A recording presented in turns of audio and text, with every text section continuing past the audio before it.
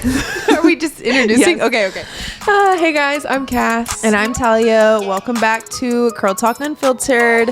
Today we're talking about building your clientele. And I'm excited about it.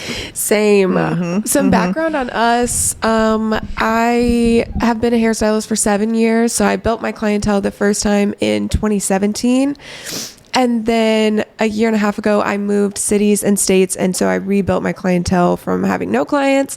And I built it kind of exclusively on booth renting and getting my own clients. So that's kind of where I'll be talking from. Yeah. I've been a stylist for 3 years. And I feel like I didn't really start building until like a year and a half ago. So, and I'm from DFW. Yeah. One of my favorite quotes literally of all time, and I think about this all the time, is oftentimes we don't need to be taught, we just need to be reminded.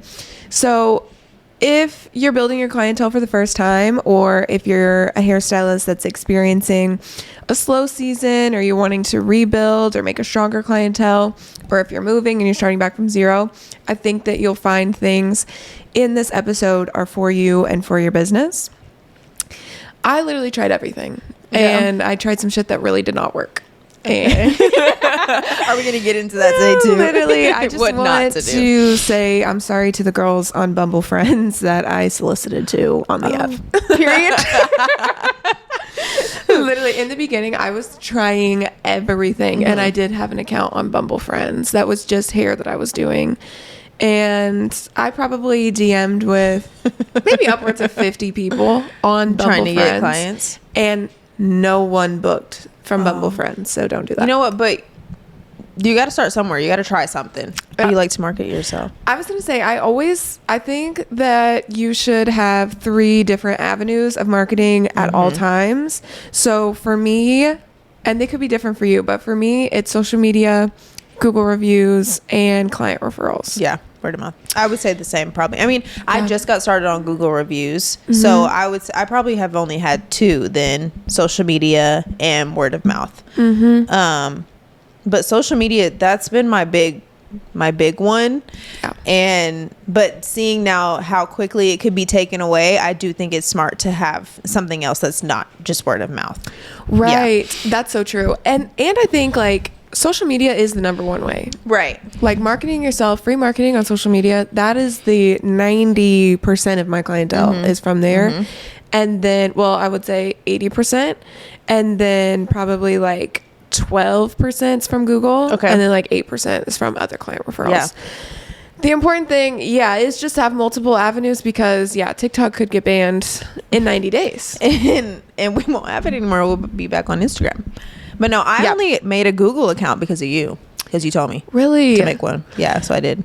I swear by this that commission salons, that's what they have It on is. booth salons. They is do. a huge Google presence. Yeah. And I give Yelp them presence. Yeah. I give them perks for that because people don't, a lot of like the average person doesn't want to spend all day on social media looking for things. They just want to Google something once and then find something that like they can get in that week or that month. I think it's a generational thing. Yep. Because like me, I'm not going to Google and typing in DFW curly hairstyles. I'm going to Instagram. Yeah. Or I'm going to TikTok, which normally I'll probably go to Instagram first. Really? Yeah. I don't know why. But I think it's a generational thing. Yeah. I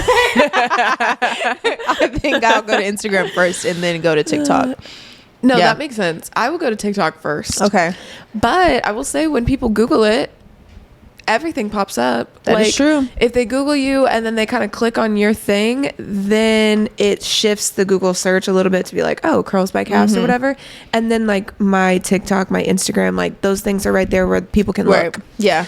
I feel like if you don't know what we are meaning whenever we say Google, you can create a Google business account where people can leave reviews there. And once they Google your name, like all your other stuff pops up too. So yes. Yeah. And from there you put in your, I mean, it's like just like if you Googled like, Target or something, it'll tell you what time they're open and close. You don't have to put your phone number on there. You don't have to put your address on there. Right. You can just put like your website basically. And I like it because I can attach whatever photos I want of it. So you can put photos of your salon space. Like portfolio. Yep. Your before and afters. And then I just put like what neighborhood I'm in. in Dallas. And then it directs people straight to the website. Okay. Yeah. Yeah. Yeah, but my number one place that I'm looking up things and the number one place I'm getting clients from is TikTok. Same.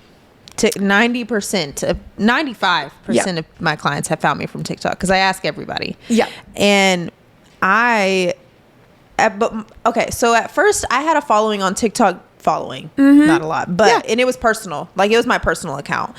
Even when I was doing hair, I would just post like get ready with me and blah blah blah blah. And then I remember when I started working my first day at my last salon, it was my first day and I made a get ready with me to start at my new salon job, and that video kind of got some traction and I was like period.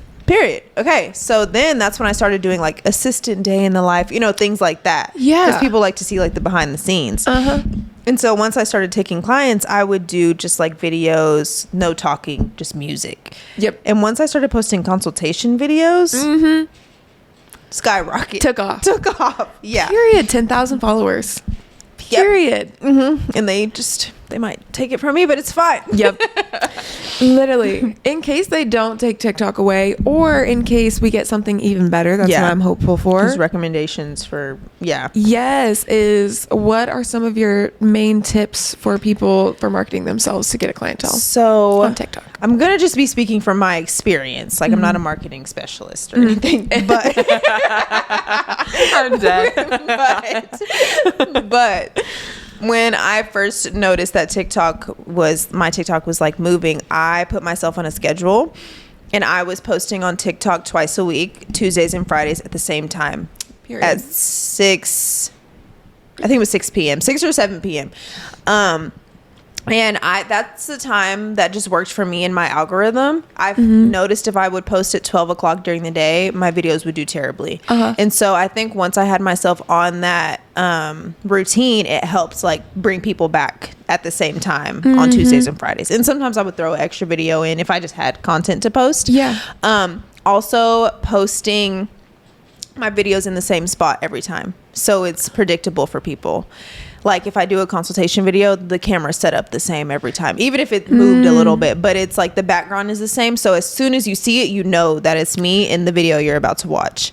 I got that tip from somewhere and I just have ran with it. Don't know if it actually that's huge. Does something, but I feel like people know my videos at my last salon because it would be the same every single time, the start at least. I would post on Instagram. I post a little bit less. Like I'm more of a story poster. I'll post like one Instagram post a week. But it's normally on Tuesdays because that's when I'm doing like my content, like lining up for the week. And then story post, I'll try and do at least one a day. Unless I'm like off work or something and I don't have anything, but I'll try and post on my story once a day just so people can feel like personable and they can see what I'm doing or whatever. What else? Oh, using like really trend sounds. I think all of us do that, but trying to make sure I'm staying with the trends, with the sounds, because it's hard. It moves quickly. And so I would try and just like really be pumping stuff out quickly. What do you like to do? On TikTok, initially, like when I had 0 clients and setting the scene, I worked at a salon that I wasn't like, when I wasn't working, I didn't have to be there. Like I also wasn't assisting. So I was like, what am I going to do when I'm not all day? So I was posting 5 to 6 times a week, but it wasn't all like hair. So much. It was a lot of like, get ready with me. Every time I washed my hair, I'm showing you me washing my hair. I'm washing my hair. These are products I'm going to use. I'm going to diffuse my hair. I'm going to the pool. This is my pool essential products, like anything that was like beauty related. Outfit videos, come with me to the salon, like get products for me for the salon, organize my shelves at the salon, like just anything that was me posting consistently. Anything you can make content out of. Anything I was already doing. So that's how I was posting on TikTok like 5 or 6 times a week. I only didn't post on Saturdays because I think that nothing does well on a Saturday.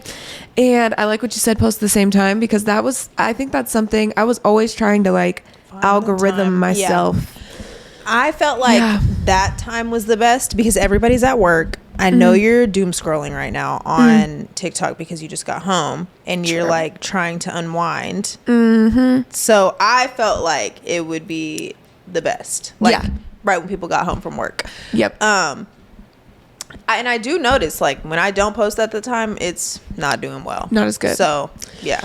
That's a good point. What do you think about, like, showing personality? Because I think that's my big one. I love it. Yeah. If people don't know what your voice sounds like. That's why I started doing consultations. I feel like it helps people kind of get to know you without really getting to know you, but they can see, like, your, just your vibe and your energy. Yeah. And the same way that we interact with, like, or we feel like we know an influencer or something, or we feel like we're friends with them or really rooting for them. You would not think that if your influencer Never only talked to ever anything. posted something with music over them, Yeah. and you never heard their voice or saw their outfits or knew what hair products they were using. Like, 100%. And like, oh my God, I think post political shit. I think post like everything that makes you. Yeah, you do that. Yes. Yeah. Post that stuff. Because you're going to know who I am. Yeah. Today, a client DM'd me and was like, I'm so grateful that you post things that like actually matter. And I'm like, see, okay. There's no other option, I love but that thank because you. I've wondered that because I know you don't have a personal page. I post all my opinionated things on my personal, but I have wondered how that has like affected the clientele that you attract because of what you post like on your page, but not negatively, you think? I think, not that you know of, at least. I think if anyone is like, oh my God, she doesn't support Trump, I'm not going. I'm like, thank you. We didn't want you here. I'm just like, if it took me a little bit longer, a year, 8 months to, 8 months to get a clientele. And if I could have had a clientele sooner, but they would have been Trumpers, I would have been like, I hate my job. Right. Like, well, yeah, because that's another thing. And I mean, even something we talked about last time is attracting the audience that you want is a big deal. So like, I would only post things that I would want to do. I'm not posting just any haircut or any hair color. I hate doing fashion colors. I hate doing blonde root to like solid. I'm not gonna post that even if I have content of it. Matter of fact, I'm bad at it. Yeah, I'm mad the whole time. No, I'm just kidding. But no, like posting what you feel like resonates with you and what you want to do long term. Like I know I like blended, soft, and some red colors, whatever. But I only post those because I know that's the kind of audience that I want to attract. I don't want to attract anything else. Yes. Yeah. No, that's so true. So I think definitely show the people who you are. And that will I think it makes some people who are on the fence want to actually come in and see you because they'll be like, oh, that's like my friend. Yeah. Yeah. For sure. No, I know. sure. No, people will literally sit down in my chair and they're like, sorry, I feel like I know you. So when is your wedding? Like, and they'll just immediately start talking. I'm like, period. That's like, cute. Yeah. I love that. And it stops you from having the same conversation over and over. You know what? It does. Yeah. It does. Honestly. But in the beginning, posting on TikTok, for me, for me personally, it was more about quantity over quality. Yes. These things I'm posting, I did not expect them to blow up. And I think that's one thing that I had to get in my head, and I did early on. Just like pride aside, I need people to book. I need money. And if this post only gets 6 likes, but someone books $120 balayage, this post with 6 likes just made me $120. Period. And I think too, not being afraid to post, because we all think we look silly to everybody. Yeah. And I'm like, you got to get over that. If you want to build on social media, like if that's where you want your growth platform to be. At first, when I first started posting, I'm like, people are going to think I'm stupid and like, this is silly. Like people that I know. Yeah. So I have it. Oh my God, silly, yes. but I have it set to where my contacts aren't on there. Same. So they can't, like, it won't just pop up just because contacts. Yes. But now at this point, I'm like, I am busy and like getting success from this. I don't care if you think I'm corny and lame. Because I'm making money from posting these corny and lame videos. Literally. It actually like, and my best friend she knows this because every time it happens, I'm like, oh my God. One of my teachers from high school just followed me on TikTok. Like it just like scares me. Why do you know me? Oh my God, it scares me. And they're all love. They're all commenting, oh my God, they so love cute. it. But I'm just like, oh my God, I'm so embarrassed. Yep. But yeah, for me, it was quality over quantity. If you're not posting, you're not trying, in my opinion. Post anything. What should I post? Post anything. Yeah. That makes sense. Whenever you first start, it is more so quantity over quality. You just want to get the videos out and post them. They don't have to be top tier edited videos. Right. Somebody's going to watch them. So you can kind of niche down to what you want them to look like a little bit later once you kind of have more of a following. Absolutely. Yeah. The point is just getting people in your chair. Yep. At first. And I also would always do this thing. I still do this. I don't know if it still works, but I have the video, like it's all edited, whatever. And then I just click the text button. This is on TikTok mostly. I do captions? it on Instagram sometime. No, it's like you're still editing your video and you click, like add text to the screen basically. And I just dump a bunch of like searchable words. You ever do that? I do them. I just do my hashtags. Oh, that's another hashtags. Yeah. I do a bunch of searchable words. No, so even if I don't have any text on the screen, which usually I would put like curly cut in Dallas, Texas, like especially in the beginning. But then I would put a bunch of searchable words and then I would just slide it off the screen to where you can't see it. So I would be like, interesting. Curly cut in Dallas, Texas. Curly hair salons in Dallas. Curly hair salons in Austin, Plano, Mesquite. Nail techs in Dallas. What product should I be using on my curly hair? Yeah. Yup. And then just move it off the screen. How to diffuse my curly hair. Small. Move it off the screen. And then I post it. And I think that's why when you search like curly hair in Dallas, something like mine would come up. Other stuff comes. Yeah. And I do the same, a lot of the same 3 hashtags. Curly cut Dallas, curly hair specialist, curly cut. I mean, I'll sometimes go to the curly hair hashtag and it'll be Houston people. Like even if I put Dallas specifically, so I just put whatever hashtag or whatever text you want to attract people, because I have people drive from all over. So them being in a different city is not going to deter them if they really want to come. Yes, I put Austin, Houston, San Antonio. But I don't even do that. Yeah. And I get clients from Oklahoma and everywhere. True. So, that's so true.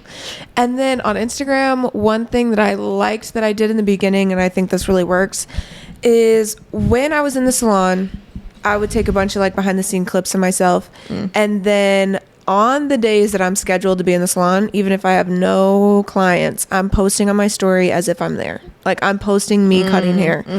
And so like if you don't work on Mondays, don't post it on Monday. But like at the time, I work like Tuesday, then Thursday through Saturday. So on Tuesday, I'm posting like I'm in the salon cutting hair. Like even if it's old content, you're still And I would put at the salon. Yeah. At the salon working. And I am working, just not on this client anymore. Yes, exactly. Just so people would start to see my schedule. And then, maybe think like, oh, she's at work and like, it's my day off. Maybe on one of my days off, I'll go get my hair done by her. And then also, just so people can see like, oh, she's working. She's not busy. Like she's busy. Yeah. I think that's another thing too, is making it, even if you aren't busy, you are busy. Yeah. Like don't let people think you are just sitting at home at all times, because nobody really wants to book, and I don't know, maybe I'm wrong, but nobody really wants to book with the stylist that isn't busy. Yeah. And I feel like too, like when clients come in now for me, I'm so busy that they know they need to book their next one. So then they're more inclined to book more like rebook appointments out, because they know that you're so busy. And it's like that supply and demand again. Like they know that the demand is there for you, so they want to make sure that they have their appointment. It's like a fine line that you're like playing both sides, where you're like, you want to seem like you're busy and you have clients, but you also want to be honest, like I am still building my clientele. Right. Can you send me people? Can you leave a review? Yeah. That sort of thing. Like I'm not 100%, but I am kind of busy. Yes. This thing that's kind of like you're being honest, but at the same time, you're also making it seem like people still want to come see you. You're still valuable, but also like, can you do me this favor and leave me a Google review? It will mean a lot to me. Yeah. What would you recommend to people that are like just getting out of their assistant program, like model calls? Like, do you think that's, I did. So like the salon I was at when I first moved here allowed us 2 model days a month, I want to say. And so my goal originally was like 5 models a month. Okay. And I think when you're doing models, you have to be strategic about what you're offering. I wouldn't take a model for just anything. I wouldn't take a model for a men's cut if you don't want to do men's it's hair. only I'm picking the model.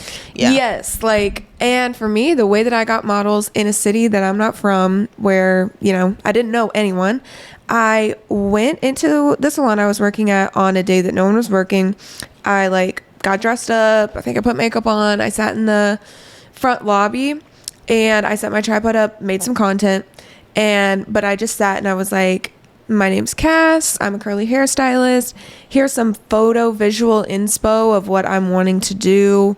This is how much it'll cost. If you want this, comment and then DM me on Instagram. So commenting boosted it. Yeah. People would comment on that for months afterwards and be like, are you still offering this? No, I'm sorry, I'm not offering it, but you can book in my bio. Yeah. And they book. Still book. Yeah. Yep. So I think it's important. I see a lot of people do that, but they do it in their car. They do it in their living room or their bathroom. I think it's important to do it at the salon so people know that it seems professional and like, oh, that salon looks beautiful. Yeah. I'll go there. Because then it attracts them because like, oh, the aesthetic is really nice. I loved like building, like having models come in, like certain models. Like even if I had done their hair before, but like I needed content for something or I just needed, you know, practice, I could reach out to them and be like, hey, like, can you come in and be a model for me? Like, I want to try this haircut or I want to try these products like for content. And then they're like, yeah, of course, everybody wants to get their hair washed for free, you know? Yes. I'm not saying you have to do it for free, but at that point I was like not charging like prices yet. So I just would do them for free. But I think model days, cause you can get a lot of content from one person. Yeah. And so even if it's not about just like the money that you made that day, but you made content for 2 weeks now, you know, so, and reuse it later in the future. So yeah, you should make very little money from a model and have a ton of revenue. Content. Yeah, if they're not paying full price, then we're putting this camera up and we're recording. Yes, all of it. So that way you have stories to post, TikToks to post. Yeah, and just like anything that you need, truly. Do you do any kind of referral program? I don't anymore, but I had for years. Yeah. And I think it is amazing. Yeah. Do you still do a referral? You know, I was doing like if you would refer someone and they came, your next appointment you would get 10 or 15% off. Yeah. But I haven't done it in a while. So like, and especially like since like moving into the suite, I know some people have been referred, but I haven't like reached back out to them. But I do think it's a good thing to keep people coming back, because I would message the person, be like, hey, this girl says she knew you, next time. Yes. Because now you're going to book. Next time you get 15% off. And they're like, oh my God, let me book my appointment. You know? 100%. Yeah. I think that's true. In the beginning, for sure, referrals, I think 10% off. What do you do? 10%? 15%? I think so. I think it was 10. Yeah. I think 10% off, or even if you want to do like a punch card or something. My nail tech does a punch card. Yep. Kind of like, I don't know. And it could be it doesn't have to be for nothing. I mean, you could really do it like, you know, 5 curly cuts or 10 curly cuts and you get 50% off your next one. You don't have to do something for free. I don't feel like, but no. Definitely building your books. I think any type of referrals or come back and see me a bunch of times is huge and helpful. Do you pre-book every time? Or do you ask clients to pre-book? No, I actually don't like when they pre-book. You don't? Do you? Because you don't like the like future aspect of it? Yes. But I think it's a smart idea. I pre-book anybody I can. Period. Yeah. Because you're not going to be messaging me in 4 months saying you can't find an appointment. Yeah. And 2, then I feel like it's more of a guaranteed income in the future. Yeah. Maybe they'll cancel, but like 9 times out of 10, they probably won't. But I think, especially if it's a color service, then I know I can get them back in for a gloss and a haircut in 3 months. Like it just keeps them like on a schedule too. Yes. And if I don't pre-book them, then sometimes I feel like I won't see them for 9 months, and then we're going 9 months in between haircuts, and that's not a good thing. You know, we're not going to get to our goal. Yes. And so I kind of just play it like, oh, did you want to pre-book your next one? Because I know you kind of like struggled to like get in this time. Like I want to make sure you get your next appointment. So I'm big on pre-booking. But my last salon was also really, the front desk would ask them every single time. And so now I think ones that have came back are like trained, like, oh, let's book my next one before I leave. Yeah, I think, that's amazing. I just think the hard part of pre-booking people, and what I would recommend if you are pre-booking, which is a great idea, but especially if you're new, you should be trying to pre-book people. I just think if you have a cancellation policy, tell them again, retell them in person, because although they already saw it whenever they booked the first time, they might not remember in 4 months when they're coming back for their next thing, or 3 months. I would, anytime someone does like ask me to pre-book, I'll be like, okay, yes, but remember, like, if you cancel and don't give me 24 hours, I have to charge you 50% of the overall total. Service, yeah. Also, if you want to rebook, don't text me. Yeah. Use that link. Yeah. Definitely, if you're not doing it with me at the end of your appointment, you're doing it online. Like, it's, and I'm not like gonna book you out further just because you didn't want to, like, at your appointment or whatever it is. Yeah, that's so true. But yeah, definitely pre-book. I think that that's amazing. But also have some sort of like card on file or something in case they do. Yeah, for sure. Yeah. Most of them now would. But go ahead. Right. And like, I think leave the door open of like, if you need to cancel, let me know. Yeah, no, I always tell them, I'm like, if anything happens, please let me know. And my cancellation policy is 24, but I'll say 48. Like, let me know within 48 hours, you know, because sometimes it's hard to get people in within 24 hours. So, yep. Yeah. That's so true. So I think as far as TikTok goes, post a lot. And then you can kind of start working on your like quality the more booked and stuff that you get. Yeah. And then Instagram is like, be super active on your stories and things. Show your voice on Instagram as well. But then also like make it your portfolio, like beautiful photos. Yeah. I don't know why Instagram is so different for me, because I feel like on Instagram you have to be very like put together and everything has to be like clean and just perfect, but on TikTok you can kind of be a little more loose and, you know, just really be who you are. And so I never like talk on my Instagram stories. One time I had to and I literally thought I was gonna throw up because I was like, this is not it. And so now I'm trying to like convert to posting my consultation videos on Instagram, but it just feels like a different vibe, a different audience, you know? So I don't know. I think consultation videos are totally cool to post. Like on Instagram as well. But I think maybe they'll like follow me, or like, I don't know, like the little car hauls that I would like post on TikTok. I probably would post them. I like those videos though. Yeah. I do. That's nice. I always feel like, to me, they're low-key boring, but again, they were just I like them. Okay, period. But maybe it's because I know what you're talking about. Yeah. Like, I went to Armstrong and I got this today, and I'm like, what'd she get? Yes. Like, what's she using this week? No, literally. But for me, I was like, okay, finally, this will be something easy to post. Yeah. And then Google reviews are huge. Making the Google account, and we keep saying account, but it's just like a business page. A business like Gmail or something. Yeah, like you can attach it to your same email that you have, but yeah, you just basically like add a store for like a Google whatever. And getting those it's so low energy, high reward, especially when you're like not that busy and you're like starting to question like, can I do this? Is this worth it? Am I good enough for this? And then you start seeing those people that, you know, told you that they liked their hair in person, but then they write this like huge novel of like how you're the best thing that's ever happened to them. They never liked their hair before. All of these things, like I would just like sit and cry. No, like, you're just like reading my Google reviews. Literally me reading my reviews. I'm like grinning so hard at my phone like, oh, y'all really like me. Literally, I'm like, that is the best thing. So it's very little energy. It's as much energy as you want to put in it. Yeah. For me, I would take before and after photos of all of my clients in the beginning. So I would edit the photos and then I would send those photos to my clients. And yeah, and I would text them. If you use Gloss Genius, everyone has your phone number anyways. There's literally no way around it. So I would just text them, here's the photos from today. I would just sit at the salon right after I was done, text all the clients back. Here's your photos. Thank you so much for coming in. It was so great to meet you. By the way, here's a link to leave a Google review if you'd like. It really helps me build my clientele. It would mean so much. Thanks. The direct link. I wouldn't just be like, look me up. Yeah. I would be like, here's my link. Yeah. And I wouldn't just post it to your story all the time, like, because people don't actually do that. But if you really make it like they're like you sending it to them and you ask them for a favor, they'll do it. I love how Gloss Genius, I think Vagaro does this too, sends them the text message afterwards. True. And I didn't even think about that. But then I had a client started leaving reviews and I was like, oh. And is yours attached to Google or to the... It's to the Gloss Genius account. You can do that? I think that you can make it to where they send the Google one.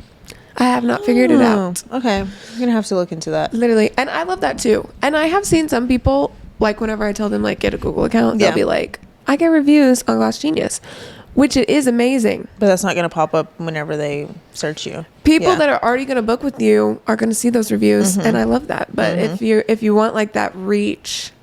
But yeah, I do think that if you pay for the extra on Gloss Genius. Okay. Oh, so it's the next level. Yeah, okay. I think if you pay $50 a month or whatever, then you can swap it to where it's like sending the Google. Which would be nice, honestly. We're gonna have to look into that and see, because that would be nice too. Yep. Do you put yourself in Facebook groups? I personally do not, but in the beginning, yes. Okay. Yeah. No, I think if you're building your clientele, Facebook is huge. Can be huge. Yeah. I have a few clients that found me from Facebook neighborly groups, or just like even like old coworkers. If somebody's like, I need a curly person, then they just put me in there. Yes. Yeah. Yep. And I think, like, when I first started in 2017 building my books, there was a Facebook page in the city I was at called Missouri State Girls Sell Your Stuff. It was like a marketplace before marketplace was a thing. And I would just put in there, I'm doing $50 balayage, and that's how I built my clientele the first time. So I think get in one of those little girly sell your stuff, get in whatever Facebook group lets you in. I was lying to get into Facebook groups. No facts. I never went to Missouri I live State. in this city. Yes. Like, what do you mean? Duh, I'm Literally, a mom. Of course I'm in college. This is my expected date to graduate. Like, literally lie and get in there. And if it's against the rules, I say still post it. Like, I don't know. What are they're just gonna kick you out? Yeah. You probably got some people off of that. They saw it. Comment on stuff. Follow girls. Like, if you're on that page, follow some girls that look like they might get their hair done by you on Instagram. Like, really sleuth you have all day. Especially if you're not working. I had a salon, my first salon, she would tell us to go follow people, random people, to get clients. Okay. How did it go? I didn't do it. It didn't work out. But I know, like, a friend of mine, she was doing it, and I don't think she felt like it did anything. It didn't work out. Yeah.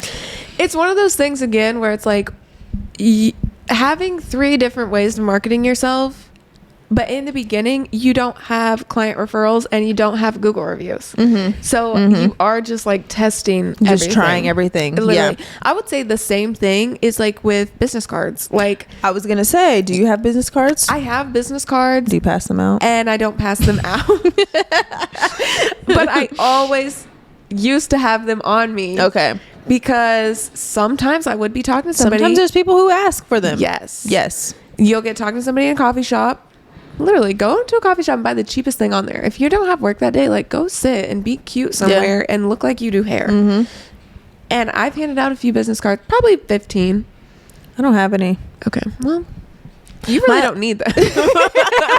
My last salon, they would make them, but it would be the salon's business card with your name on them. I didn't want those. No, literally. And I feel like, I don't know. I feel like Instagram is my business card. Yes. And so I'm just like, follow me on Instagram. And most people have Instagram. If you don't, then, well, here's Google. You know, like, you can look me up on Google. Literally, I gave my business cards to girls that worked at Sephora, like girls that I had talked to that had helped me with something. A girl that worked at like Dillard's, I was buying shoes or something. Like, those types of things where really nobody asked, but I was like, hey, just so you know, I'm a hairstylist. If the girl that you're seeing is ever not available and you need somebody to do a wash and go or something on you or a curly cut, here's my business card. Yeah. And they would just be like, oh, okay. Like, it doesn't have to be this thing where you're like asking them questions. Like, it would always be my exit. Like, just so you know, this is my business card. Thanks so much. Yeah. If you wanted it. Yes. And I got a couple people off of that, but not a ton. Yeah. And I would say similar with the girls that I like followed from like different Facebook groups, like not a ton, but a couple. And those are going to give me videos to post, going to give me like genuine people that find me on Instagram or something or TikTok. This isn't necessarily, I mean, I guess it could be building, but one of my favorite ways to retain clients is a consultation, like the thorough, in-depth consultation. Yes. And I feel like, I don't remember if we talked about this on our last episode, but like, I feel like clients, especially with my consultation videos, that's not even the whole consultation. I edit that down to 30 seconds of us talking, but it's normally, it could be up to 15 minutes, like, you know, however long it needs to be. But making sure that even if they are a returning client, you're still asking and going over all the same things. Like, they might have changed what products they're using. Like, they might have a different goal in mind for their hair. And so I feel like it's important to revisit the consultation like you're a first time client again. Yes. Yeah. Customer service. Yeah, just in general, customer 1000%. service. Yeah. Literally being the hairstylist that you would want to be. Yeah. Yeah, or like Yep. you would want to have.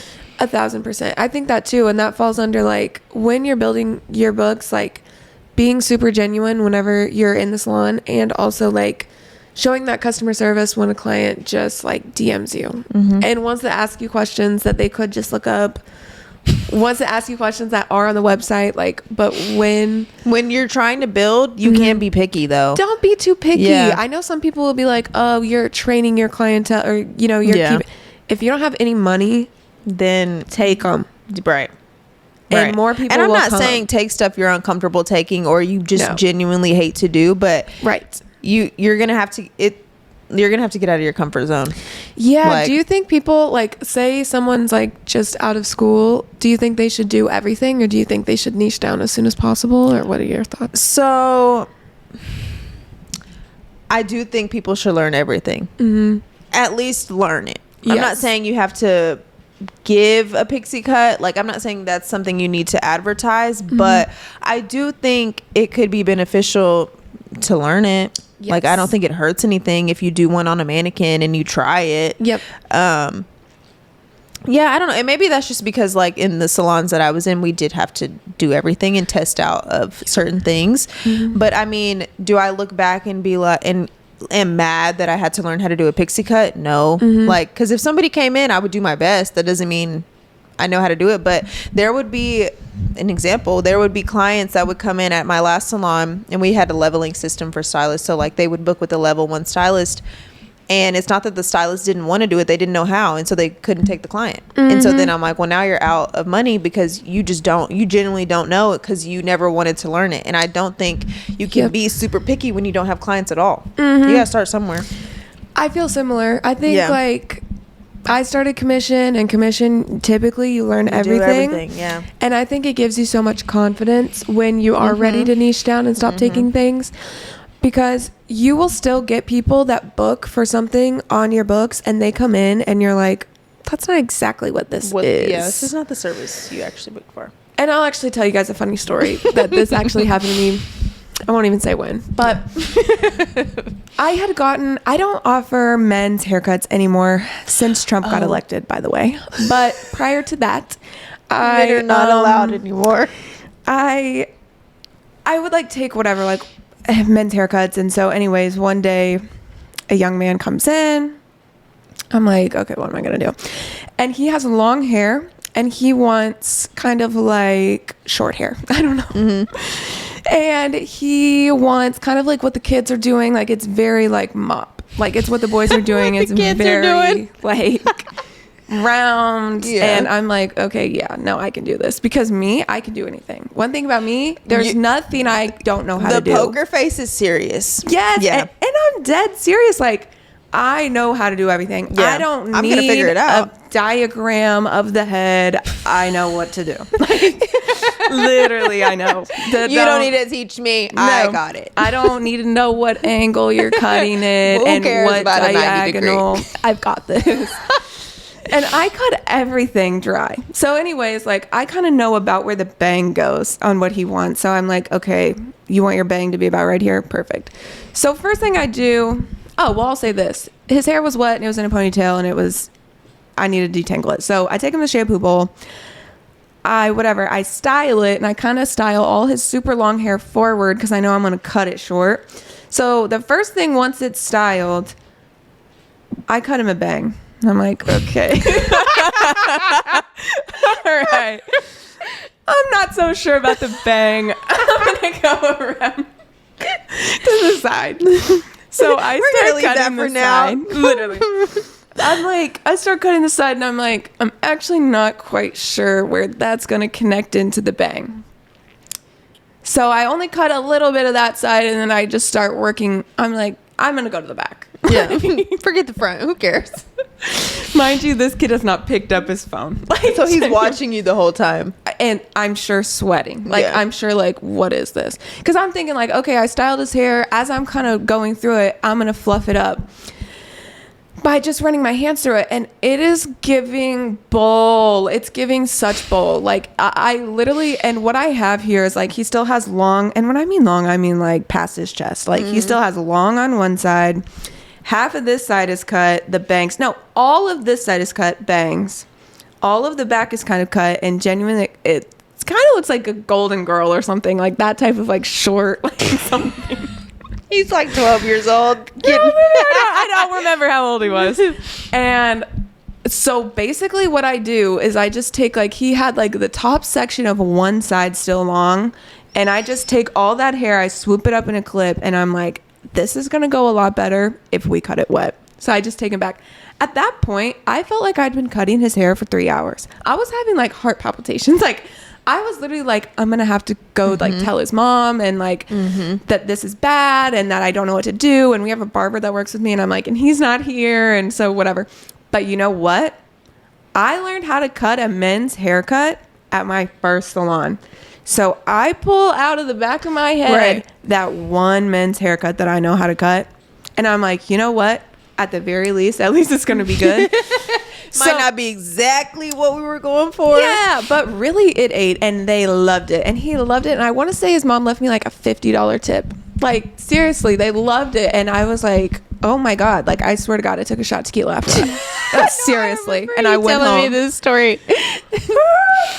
So yeah, I feel like if you know what to do, like if you know everything, it'll come back to you. Exactly. You know how to fix problems that you create a little bit. I think another thing for retaining clients is having confidence even when you don't know what you're doing. Like in this situation, you may have been panicking. Yeah. But you just have to act like you know what's going on. They never knew it. They don't know. They might know it now, but they never knew it then. But they wouldn't know in the moment. And seriously, and I stand by that haircut that I sent out the door. And literally because I had the training to do it. So yeah, I do think people should learn everything, even if you just do it once. Like just so you have it in your brain. Not saying you have to like perfect it. Just so you don't have to turn away people whenever you are building your clientele. You know how to do everything. Yes, and you'll just feel better about yourself. I think so too. Yeah. If you're like if you don't know how to color hair, you'll always have like kind of this like nagging feeling of like, oh, I'm not a good hairstylist. I can only do amazing haircuts, but I don't know how to color. Take like a day and learn how to color. Yeah. Or like if you're a colorist and you don't know how to cut hair, like take a week and figure out long layers, and then you'll do more stuff in life, or even just be able to understand it better. Like my mentor, she only cuts curly hair. She doesn't do any color, but she can try and explain to you if you ask her a question about hair color, but it's not her thing. But everybody knows that, like, she doesn't offer color at all. Right. And that comes from a time where people were just picking one or the other. People would either only cut hair or only color hair. So people don't do that now. And some people are extremely confident in just being like, this is what I chose, and like this is what I like to do. I know how to do this. I don't want to deal with color and bleach and all that, all those things. But if that's not you to feel like confident in that, learn it all. And I think you can learn it all being at like a commission salon. Yeah, you can. Yeah. I went from working under a curly specialist to working under a man who worked at Tony and Guy. Period. And specialized in pixie cuts. Yeah. Period. So, and he's funny for that. No, he is. Do I know how to do a pixie cut? No, but I could figure it out. Like, can I do a perfect one? No, but I can figure it out and we'll get somewhere. Yes. Like a pixie cut on straight hair. On curly hair, that's a completely different story. But yeah. So you work Saturdays. Yeah. And you like working Saturdays. Do you feel like that has helped you build clientele here in the city? I think so. I think me working Saturdays and also working evenings, like I work until 8 o'clock twice a week. You work late too. Okay. Yeah. Yeah. So for me, I feel like having my books open as much as possible helped me build my books. Okay. So with you saying that, it makes me think, I was listening to the Messy Hairstylist podcast, and they were talking about how they don't recommend people having their books just wide open all the time. Because then it makes it look like, back to the other topic, like it makes it look like you're not busy, and somebody could book 11 a.m. and then book a 6 p.m. haircut, you know?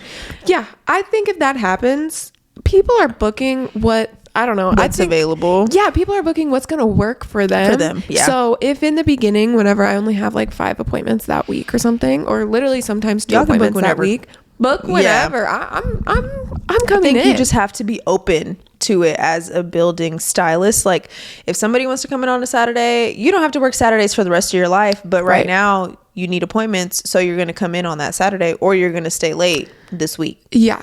And I will say too, like if somebody's on your booking site and they're like, oh, she only has, you know, Thursday, Friday available for the rest of the year, then they know you're only working 2 days and that you're not booked up on those 2 days either. So I would almost rather put like, I don't know, I would kind of stagger it to where I wasn't working like 8 to 6 every day. So maybe people thought I was booked in the morning on one day when I wasn't really. Okay. Or like, you know, versus if you only ever put like Thursday to Saturday. I don't know. When people look at an empty month and they see like the dots that are available, it really just gives like those are the only times she's open. Yeah, that's what I think. Yeah. More than I feel like it gives like, oh, she's booked and busy. It's like, oh, she just works 2 days a week for me.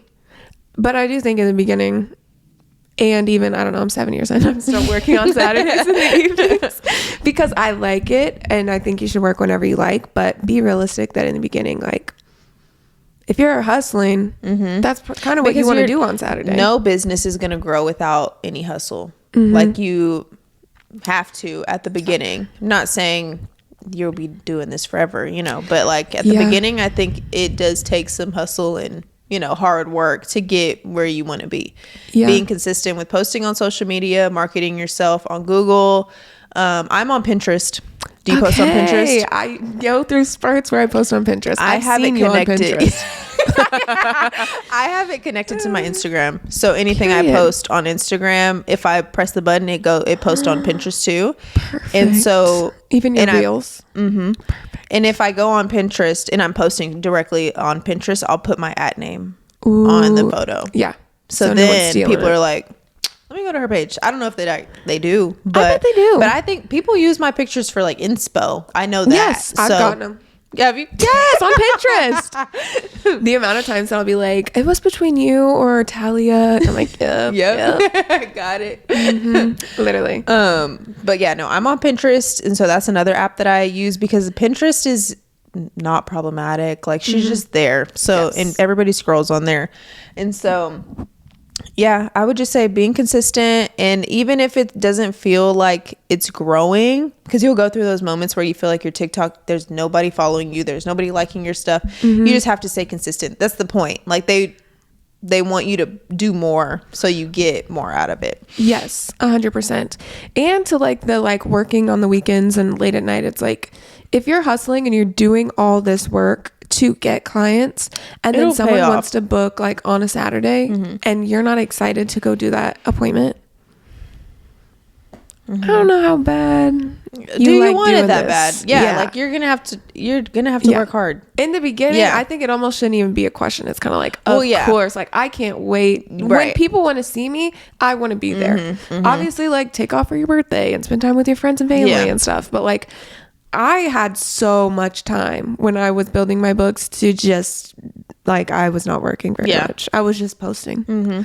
Yeah. And I would say too, what I did, and I think is important, is like sit down once a week and plan some goals for the week for your business. Like I really think you have the best ideas for your business. These things are helpful, but also if you have an idea to do some type of like social event, or you have ideas for how to get clients, do those things even if no one else has ever done them. Just put your phone in the other room and think like, here's what I want to do, or like, here's what I have booked, here's how I want to upgrade them. Yeah, setting goals for yourself. Yeah. Look at last week and what goals did you actually achieve, and no matter how small you feel like they are, like celebrate them, tell people about them, bake yourself a cake over it. Like, I don't know. One thing that my therapist told me before I moved and started my clientele over, I was telling her like, I'm nervous to be broke again. I'm kind of nervous to have no clients. And she was just like, well, tell me about the first time that you built your clientele. And I'm telling her about like early mornings, late nights, long days, like my bank account being broke, like cheap food, cheap services. And like, I'm laughing telling her all these things.